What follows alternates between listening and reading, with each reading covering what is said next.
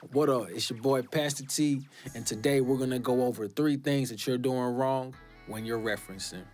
For starters, if you're not familiar with what referencing is taking an industry standard song, something that was mixed and mastered professionally, something that we know sounds good no matter where we listen to it at, put it inside of our session and referencing that to our mix or our master so we can figure out where in rotation we kind of sit and some things we might want to change or some things we might want to do different. And so the first thing you're probably doing wrong when you're referencing is not doing it. How do I know this? Because I was one of those people for the longest time in my quote unquote musical career. I get something sounding how I thought it needed to sound in the studio. I thought it was banging, everything was hitting, you know what I mean? The 808 was tight, you feel me? The snare was popping, you know, the vocals was good.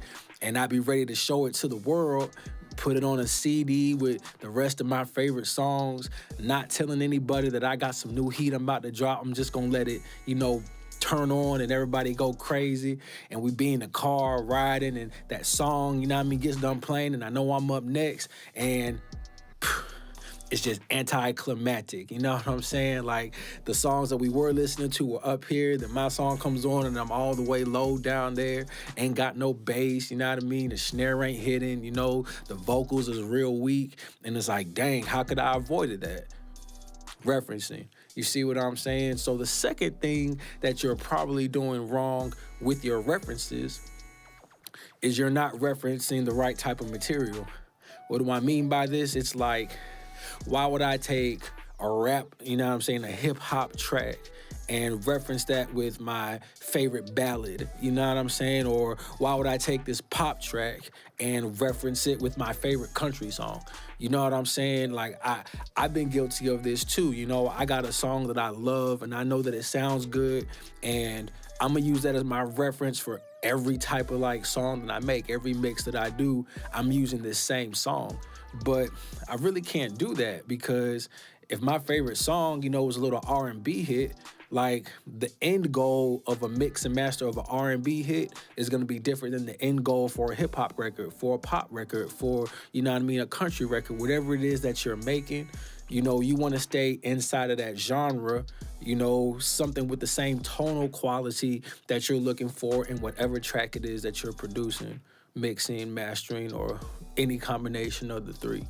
And the third thing that you're probably doing wrong with your referencing is you're referencing from a streaming source.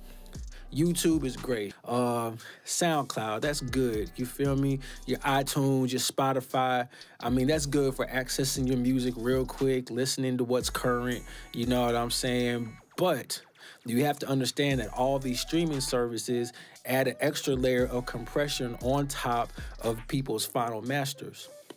So basically, you know what I'm saying, what we're hearing out of, whatever streaming service you're using isn't a true representation of what the master sounds like.